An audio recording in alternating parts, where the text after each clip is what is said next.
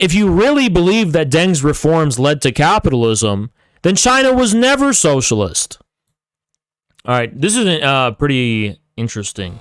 I believe, correct me if I'm wrong, I believe Redfish used to work for RT. And they claim, today's the 74th anniversary of Chairman Mao, leader of the Communist Party. Following Mao's death in 1976, emerging bourgeois elements within the party executed a coup and reinstated capitalism under the direction of Deng, who continue to govern China today. So this is Redfish, who are taking the brave position that American unipolarity and that American imperialism is actually not the primary contradiction in the world, and that additionally, they're taking the brave position that China is not real communism, because real communism either hasn't been tried or it's been lost forever in the annals of history, and there's no trace of it in the world today, which is a really good argument if you're trying to convince people that it's actually something that's possible. But these are, I mean, I'm not really surprised. I'm kind of more surprised by the red libs who are pro-China, but who are like extremely libtarded in a domestically with domestic politics. But this is pretty interesting. I mean, yeah, China is not real. China is not real. This is what, I mean, this is just typical stupidity. Guys, I don't see reality like most people do. And when I mean that, I'm almost kind of an autistic shape rotator. Even though I'm supposed to be a word cell because I'm Semitic. But I'm kind of an autistic shape rotator. And I'm going to tell you why. Because I see shapes when I see this. You know what I mean? I'll explain. China is not real socialism because Mao died. The Orthodox Church is not real Christianity because the patriarch said something I didn't like in 1920. Trump is not a real conservative because he's not right-wing enough. Oh, yeah, this person's not pure enough according to my ideal, so they're the exact opposite of it. So it's kind of like a pattern in Western civilization. It's really, that's just all it is. It's a pattern of holding things to the standard of a metaphysical ideal and then proclaiming that they're the opposite of that when they don't fulfill your criterion. Thank you so much, Flacco. It's like you claim something is just this metaphysical ideal, and then you say it's the opposite of that when it doesn't fulfill your criterion. Now, I'll explain why that is. Even if you are a hardcore Maoist, and I don't know what that means, a Gonzaloite, a Filipino jungle Trotskyist, I don't know what it means. But let's say you are a hardcore Maoist for purposes of argumentation. I think it would be reasonable to say that although there's aspects of Deng's reforms you don't appreciate, 60% of China's economy is still directly owned by the state. All of the land is still owned by the state. Publicly, China still is socialist in many aspects. And, although there's policies you don't like or you would like to see reversed, saying that capitalism has been reinstated or China's a capitalist, it just seems unreasonable, right? Like, does China have to be the opposite of your ideal if it doesn't fulfill it? Now, that's not even to speak to the fact that having metaphysical ideals in the first place is just un-Marxist and against Marxism-Leninism in particular.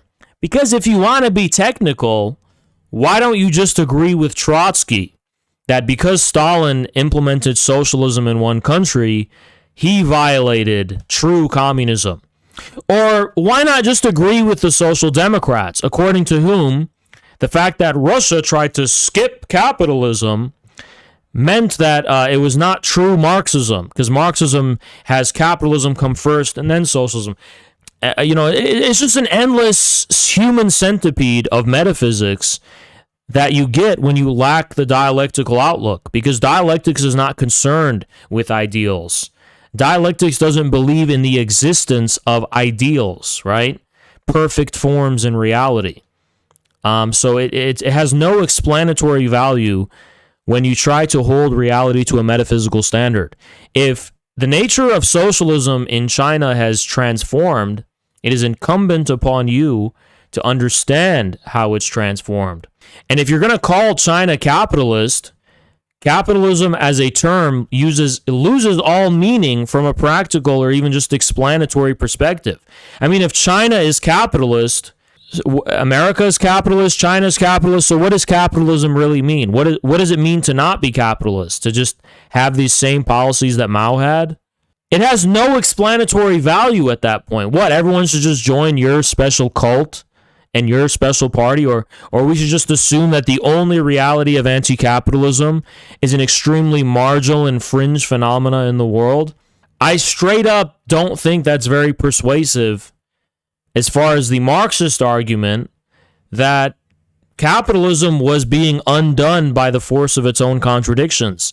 You'd think that anti-capitalism would actually by now have some objective reality that is challenging the hegemony. But if all we have to show for it are some fucking jungle Trotskyites or people running around in the jungle with guns, as like the only example of major anti-capitalist resistance worldwide in the specific Marxist-Leninist or Maoist form you believe in, your ideology is just not very persuasive.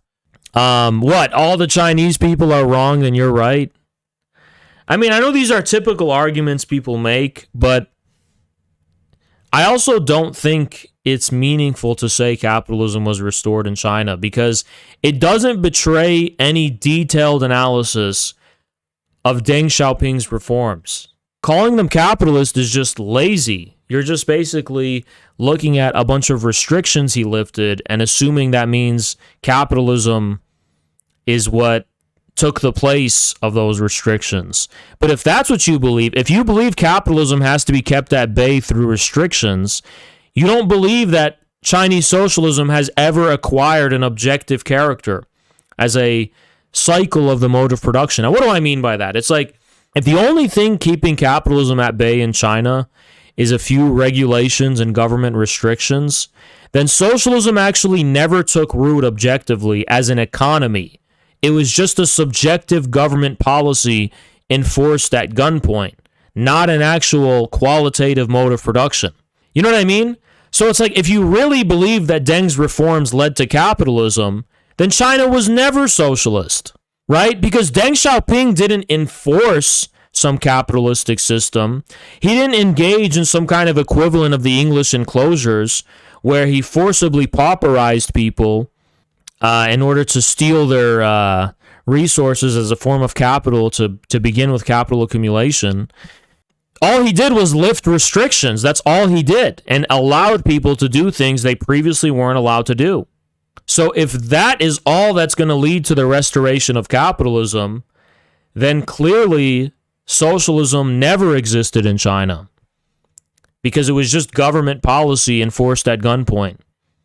And I don't believe that, and I don't think a consistent Marxist-Leninist could believe that because Mao acknowledged that China was a socialist country, not just, Yeah.